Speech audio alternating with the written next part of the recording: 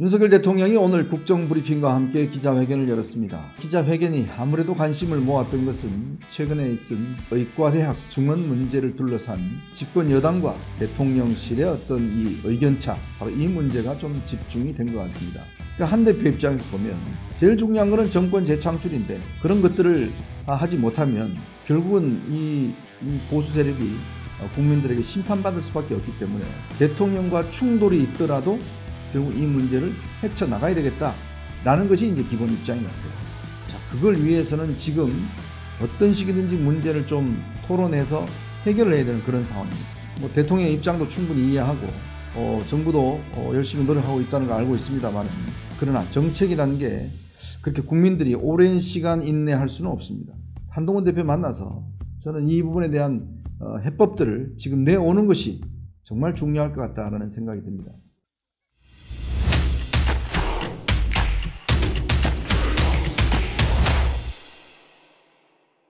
이현종의 뉴스쇼 8월 29일 목요일 순서 진행하겠습니다. 윤석열 대통령이 오늘 국정브리핑과 함께 기자회견을 열었습니다. 지금 의료 사태가 꽤 심각한 상황에서 윤석열 대통령이 그동안 추진해왔던 연금, 노동, 교육, 그리고 의료, 여기 개혁에 포함해서 저출생 문제까지 4+1 이런 개혁안을 지금 오늘 일반적으로 밝혔고, 그동안 쭉 진행되어 왔던 여러 가지 국정에 대한 성과를 오늘 소개를 했습니다. 특히 그동안 윤석열 대통령이 중점적으로 해왔던 게 바로 이 탈원전이었죠. 지금 현재 체코 원전을 24조 원에 지금 일단 수주를 해놓은 상황입니다.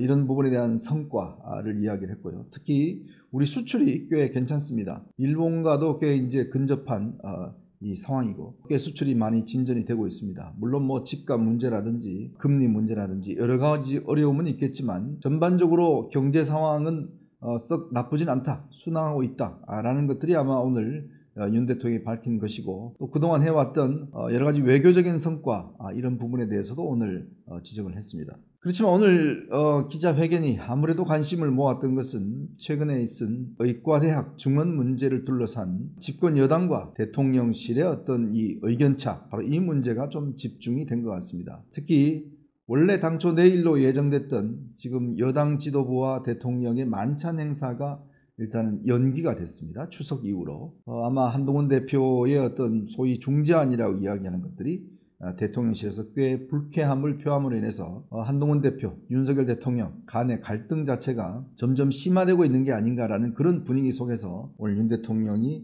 이런 기자회견을 가진 겁니다. 아무래도 기자들의 관심은 의료 이 대란 문제에 대한 윤 대통령의 인식에 집중이 된 것 같습니다. 오늘 기자가 이렇게 질문을 했습니다. 지금 의료 현장에서 체감하는 것과 대통령실의 메시지 차이가 큰 이유가 궁금하다. 이 이야기는 뭐냐면, 최근에 대통령실과 정부에서는 응급실 문제 크게 문제 없다, 잘 돌아가고 있다, 그리고 한 두세 군데 정도만 문제가 되는데 큰 문제가 아니고, 또 비상체제가 일단 이 추석 연휴에 아무런 문제가 없을 것이다 라고 이제 밝혔는데, 근데 저희 언론들이 현장을 확인해 본 결과는 꽤 심각한 상황인 것 같습니다.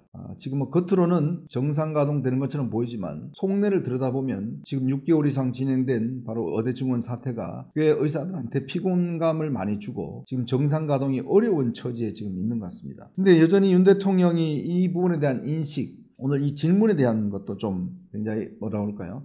조금 불쾌감, 적대감 이런 것들이 조금 나와 있는 것 같습니다. 이렇게 답변을 했습니다. 의대 증원에 대해서 완강히 거부하는 그런 분들의 주장을 지금 말씀하고 계신 것 같은데, 의료 현장에 한번 가보시는 게 제일 좋을 것 같다. 특히 지역의 종합병원 등을 가보시라. 여러 문제가 있지만 일단 비상진료 체제가 그래도 원활하게 가동되고 있고 정부도 열심히 뛰고 있다. 우리 현장의 의사, 간호사, 또 간호조무사를 비롯한 관계자 여러분들이 정말 헌신적으로 뛰고 있다, 이렇게 이야기를 했습니다. 그러면서 이 지금 의료개혁은 어려움이 있더라도 끝까지 밀어붙이겠다, 이런 이야기를 하고 있어요. 크게 문제가 없다는 이야기인데, 글쎄요, 지금 여러 언론들이 지금 현장을 점검해서 쓰고 있는 여러 가지 기사들이 대통령은 현장을 확인하고 있지 않고 쓴 것 같다는 그런 느낌을 지울 수가 없습니다. 근데 아마 여러분들 주변에 지금 병원에 가보신 분들 꽤 있을 겁니다. 아마 본인도 당사자분들도 꽤 있을 것 같아요. 근데 큰 문제가 없던가요?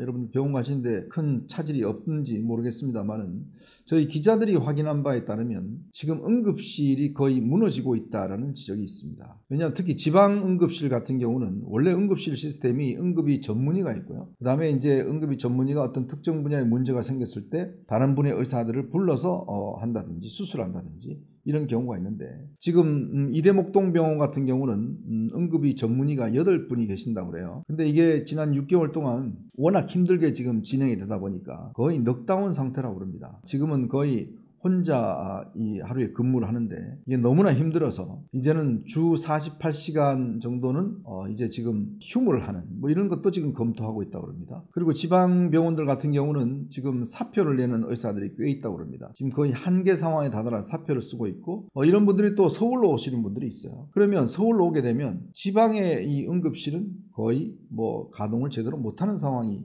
될 수가 있는 거 아니겠습니까? 그리고 일반적인 수술도 지금 꽤 연기가 되고 있다는 겁니다. 수술이 40%밖에 예전에 비해서 진행되고 있지 않다고 합니다. 뭐 구체적으로 보면 본래 수술하게 되면 마취 전문의가 필요하거든요. 근데 예전에는 마취 전문의 한 명이 이 전공의들을 이렇게 여러 수술방에 해서 총괄적으로 관리하는 그런 것이었는데 어쨌든 전공의가 없어지니까 이제는 마취 전문의가 한 수술방에만 들어가게 된다는 거죠. 나머지 3개 수술방은 수술을 못하게 되는 결과가 비롯된다는 겁니다. 그리고 중증에 대한 수술 이런 것들이 옛날 전공의들이 어시스턴트 해서 수술을 할 수 있었는데 지금은 그렇게 하지 못한다고 그래요. 그리고 이게 오랫동안 되다 보니까 피로가 굉장히 누적돼서 지금 하기가 굉장히 어려운 상황이라고 합니다. 그러면 이게 이제 지금 과연 추석 때 되면 보통 2배 이상 지금 환자가 몰리는데 문제가 없을까? 이런 데 대한 이제 지금 언론들의 의문 제기가 있었죠. 근데 이런 부분에 대해서 윤석열 대통령은 올해 현장에 한번 가보시는 게 좋을 것 같다. 그러니까 이 기자들이 지금 현장에 가보지도 않고 뭐 이런 걸 쓰는 것처럼 이야기를 했는데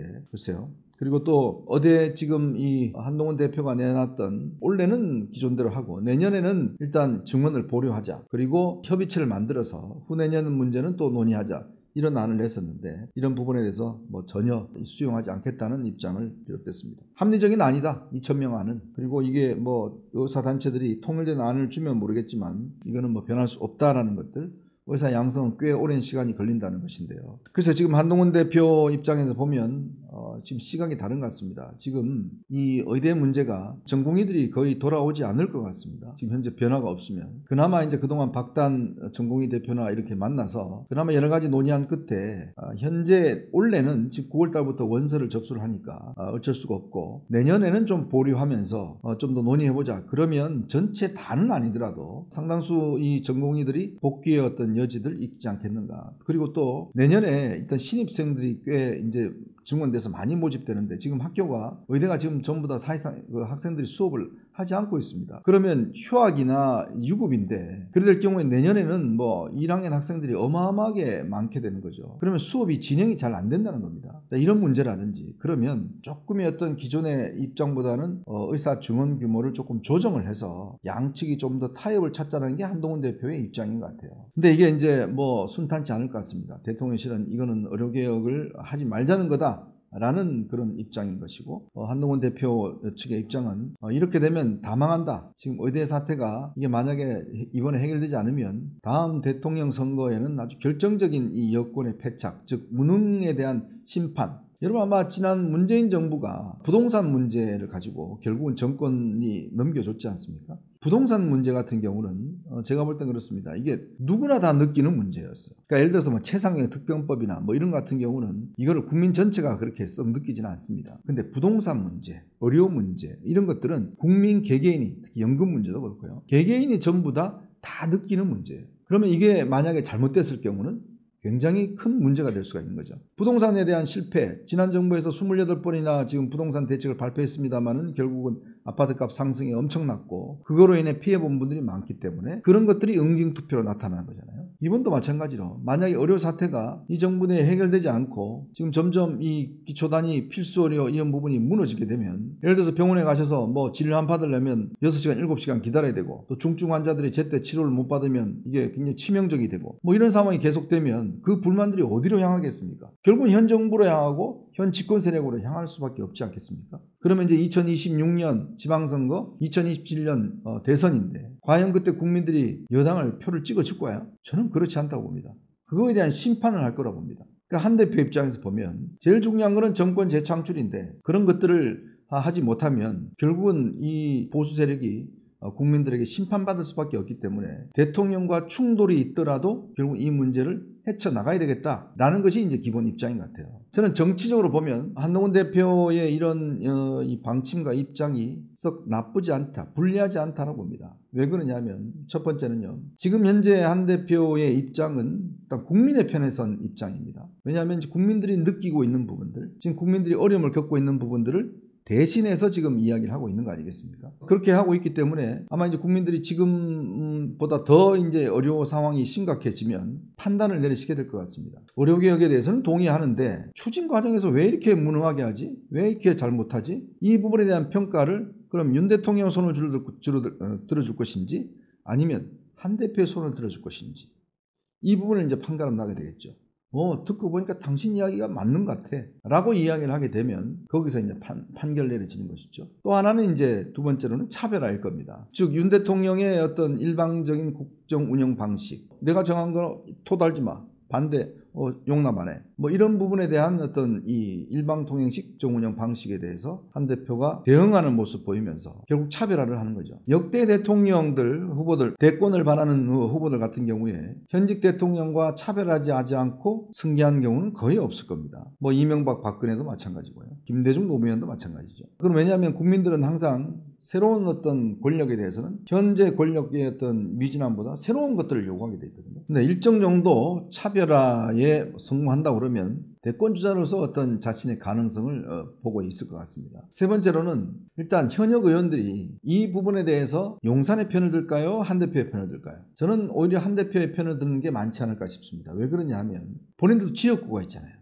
지역구에 내려가면 거기에 있는 주민들이나 당원들이나 시민들이 뭘 이야기하겠습니까? 우리 저 의료 괜찮아. 아주 윤 대통령 이야기대로 잘 되고 있어. 라고 이야기를 할까요? 아니면 지금 힘들어 죽겠어. 미치겠어. 지금 불안해 죽겠어. 이거 왜 빨리 안 하는 거야? 라고 이야기를 하겠습니다. 아마 이번 추석 때 의원들이 지방에 내려가서 자기 지역구 활동을 하면 제가 볼 때는 불만들을 더 많이 들을 것 같아요. 왜 이게 6개월 되도록 해결을 못하냐. 지금 이거 병원 못 가서 죽겠다 지금. 나 다 지금 기저질환이 있는데 이거 빨리 해결 못하면 어떡하냐. 나는 불만들이 터져 나올 겁니다. 국민들의 인내심은요 그렇게 오래 가지 않습니다. 그렇게 우리가 집권자들 생각한 만큼 장기적으로 꾹 참아주지 않습니다. 그리고 네 번째로는 지금 의료 현장에 있는 분들의 한계 상황이 지금 이미 왔습니다. 여러분 이게요 보통 야근 같으면 우리가 뭐 24시간, 36시간 야근한다 그러면 다른 직종 같은 경우는 중간에 쉬는 시간도 좀 있고 그래요. 근데 제가 아는 이런 친구들이나 이 병원분들 이야기 들어보면 의사들의 야근은 진짜 5분도 못 쉰다고 합니다. 계속 환자들이 오고 체크하고 검사지를 봐야 되고 그러니까 풀 이틀 밤을 새는 거죠. 그래서 사실은 쉬는 시간도 한 2, 3일 쉬지 않습니다. 그만큼 강도가 엄청 높다는 거예요. 근데 그거를 비상이라는 건 그렇지 않습니다. 비상이 뭐 한 달 정도면 뭐 모르겠지만 비상이 6개월, 7개월 넘어갈 수는 없지 않습니까? 그러면 그 불만들과 이제 넉다운들 이런 것들을 어떻게 견뎌낼 수가 있겠습니까? 그러니까 의료 현장에 종사하는 사람들이 그동안 사명감으로 대통령도 이야기했지만 사명감 버틴다고 그러지만 그걸 앞으로도 쭉 사명감을 버틴다? 그 장담 못합니다. 그 한계 상황에 돌아갈 수밖에 없어요. 이제 그런 부분에 대한 대책이 있냐는 거죠. 지금 군의관들 총동원됐습니다. 더 이상 동원될 군의관이 없대요. 그리고 내년에는 군의관이 거의 없습니다. 왜냐하면 지금 의대 4학년 졸업해서 인턴 레지던트하고 군의관으로 갈 사람들이 지금 전부 다 수업 거부를 하고 있기 때문에 군의관으로 갈 인력도 없습니다. 그러면 실질적으로 내년쯤 되면 이 의대 증원 사태에 대한 후유증이 극심하게 나타날 수밖에 없습니다. 그러면 그때 들어서 과연 대통령이